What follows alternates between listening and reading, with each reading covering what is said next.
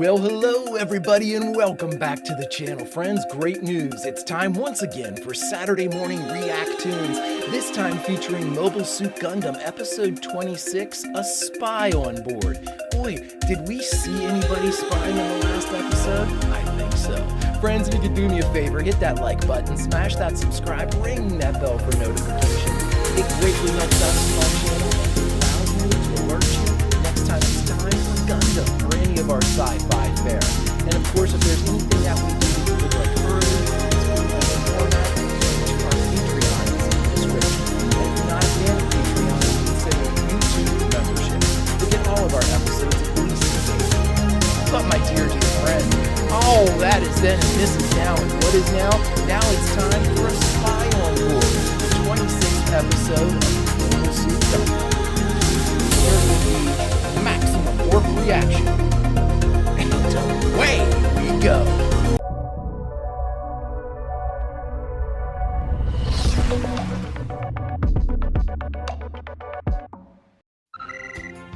The G-Fighter is comprised of the G-modules without any of the Gundam's original components. It's been piloted by Sayla during recent battles, and technically we've had... Technically.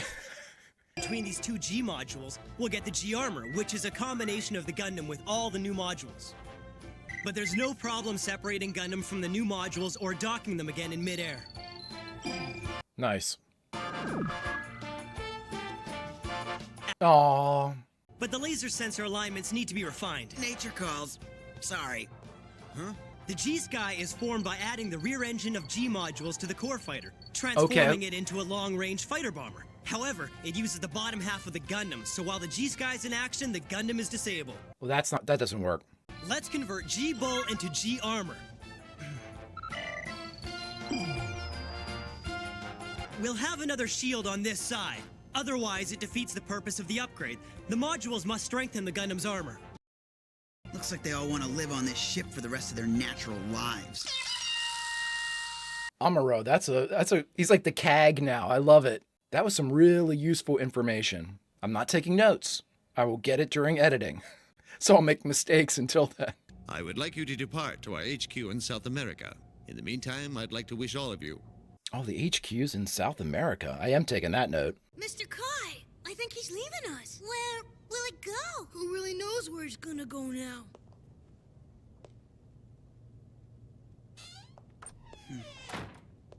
Oh, it's his turn to leave. Kai, I hate to say this. We need you, bud. Yes, sir. There's Kai. We need you in gun cannon, man. All those military formalities, they just don't suit me at all, kid. Hey, Kai. Yeah? Well, I'm not gonna lie to you. I can't say I like everything about you, that's for sure. Well, you take care of yourself. Hey, wait up, Kai. Just let him do as he wishes. But... I guess I just pushed myself past my limits. All right, dude. I mean, I hate to say it, he was probably our second best now that Ryu's gone. And I think that's legit. He is absolutely our second best. Could you please take this along with you, Kai? You can exchange it for a little cash. But that's your toolbox, isn't it, Amuro? You'll need money wherever it is you're going. I can't say I like everything about you either, kiddo, but despite that, I appreciate it. I'm glad you feel that way. Nice knowing y'all. Thanks a lot. Are you really going? You fought well together, man. You also think he's a coward for abandoning White Base, don't you, Mirai? Don't you? Don't you? Have them keep the Trojan horse from leaving. Before that ship leaves, I must know exactly where it's heading, Boone. Sir, not to worry. I've already got someone working on it. Our spy.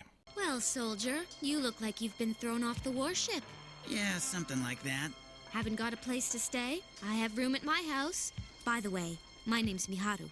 I live alone with my little brother and sister. Hope that's okay. About the warship you were on.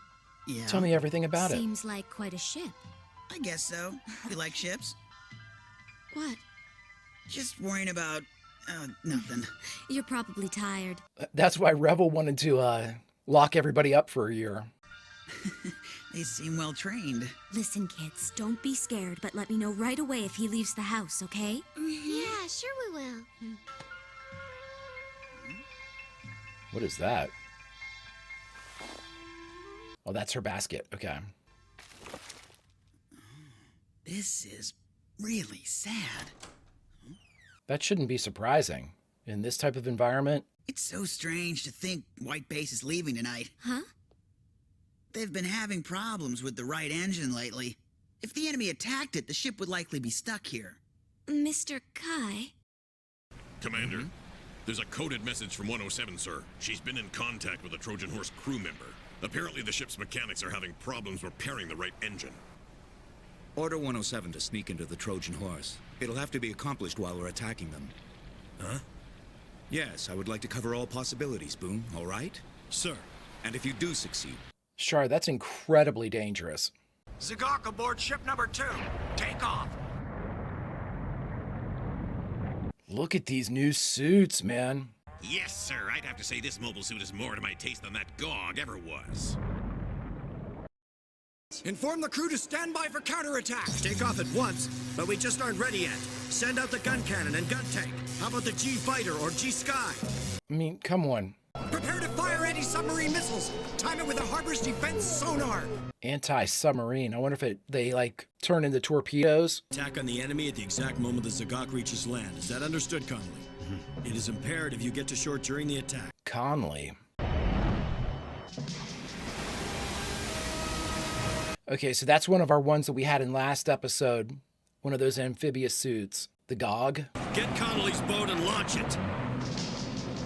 Oh my God. Good luck to you, Connolly. Take this outboard motor and this raft and survive this. Is the dock's gate open? Just break through it. There should be no problem with the armor on this. Easy to say. Do you know if the gun tank has already left? No, the shaft isn't operating properly. Oh. Oh, great. So you're going out by yourself, Sayla.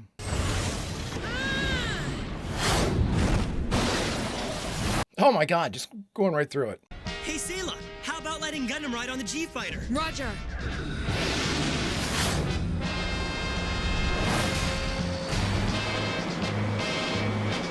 I do think that is dope, but oh my God, we're at the intermission already. Can you imagine the drag that Sayla experiences as soon as that thing touches down on the top? All of a sudden, the wind, everything about her aerodynamic capabilities is out the window. She has this thing. She's probably fighting the stick in there. White Base is being attacked? It seems too soon if Miharu informed the Zeons herself. Where's your sister, kids? Where'd she go? She'll be back in no time. Yeah, she went shopping. Yeah? Kai figured it all out. Hey, give me back my bicycle! It's for military use. You'll get it back. Greetings. Are you in a big hurry? Huh? No, I'm not in any hurry, no. What is it? Calling me out to a place like this? They could have had a better code if that's what that was. You'll have to figure that out for yourself. Sneak in by any means necessary. There's a lot here. You'll do it, won't you? I'm told that there'll be a lot more money if you succeed. Here. Here. You'll find a Federation Forces uniform and a commander's letter. Well, okay then. I'll do it. After all, I've got to do something to feed my little brother and sister. How nice. Well, gotta go. Well, why don't you guys get on White Base? You have a good skill set. Spy. We could use one of those. I'll go in for an attack on the enemy's closest submarine with a G-Fighter, Amuro.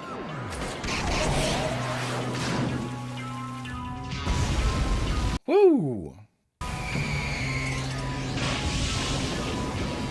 He has absolutely no hesitation to take Gundam under the waves. Hey, listen up, you two. Millie, Gil, I'm going to work now. Millie and Gil.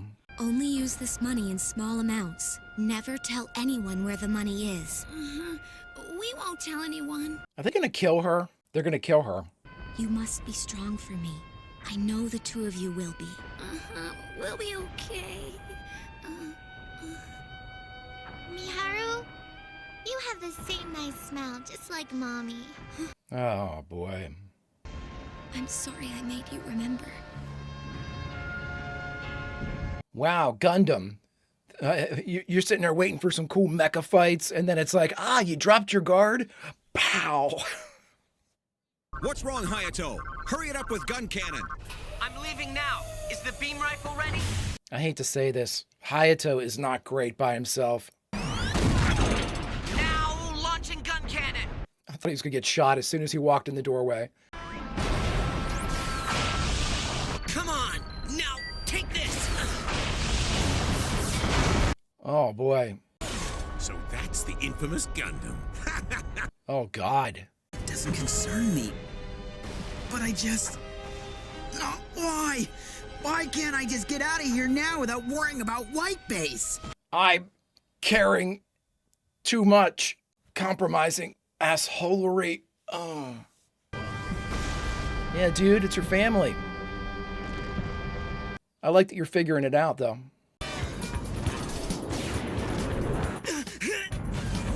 Not the same trick again. Woo.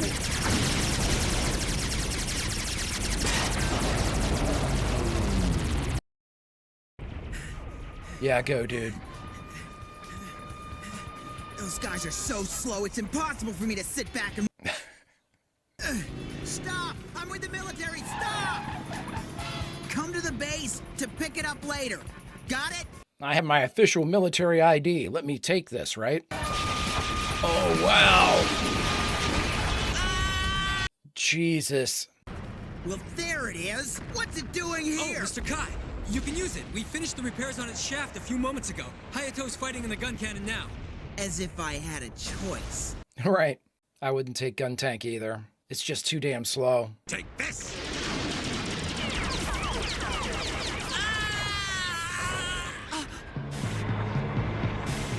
Oh boy. Oh boy. I can't move. Almost no power.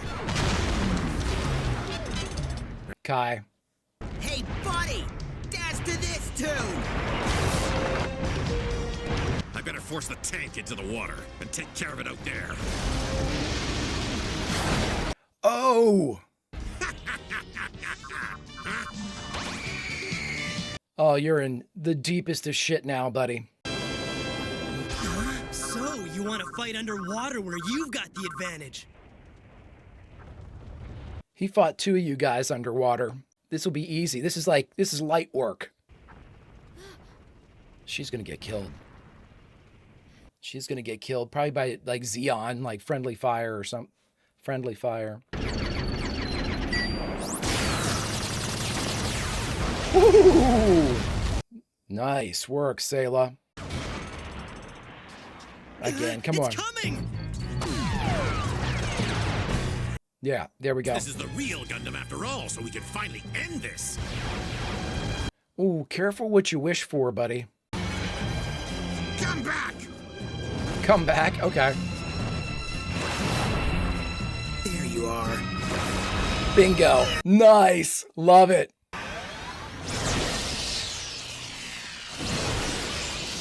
Oh my God. He's taking it in half. Oh, I thought he was taking it all the way down. Boom. The good thing about it is, if you look at it like this, is that Amuro doesn't want any of these enemy pilots to die from the explosion, so he just goes ahead and kills them before that, right? It's like a service. Well, Amuro, I was told your toolbox isn't worth a dime. But I paid a lot for that. Oh, hello, Kai. Welcome back. Hi, Sayla.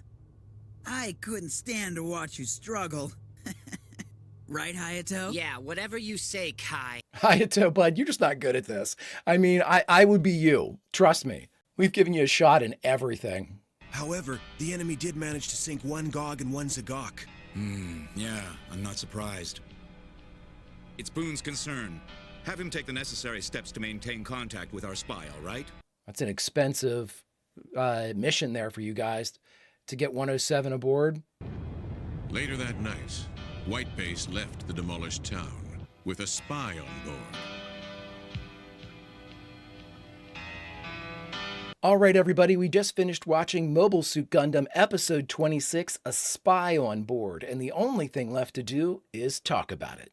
All right, everybody, we just finished watching A Spy on Board, the 26th episode of Mobile Suit Gundam, and now we have aboard White Base 107, Miharu. boy, oh boy.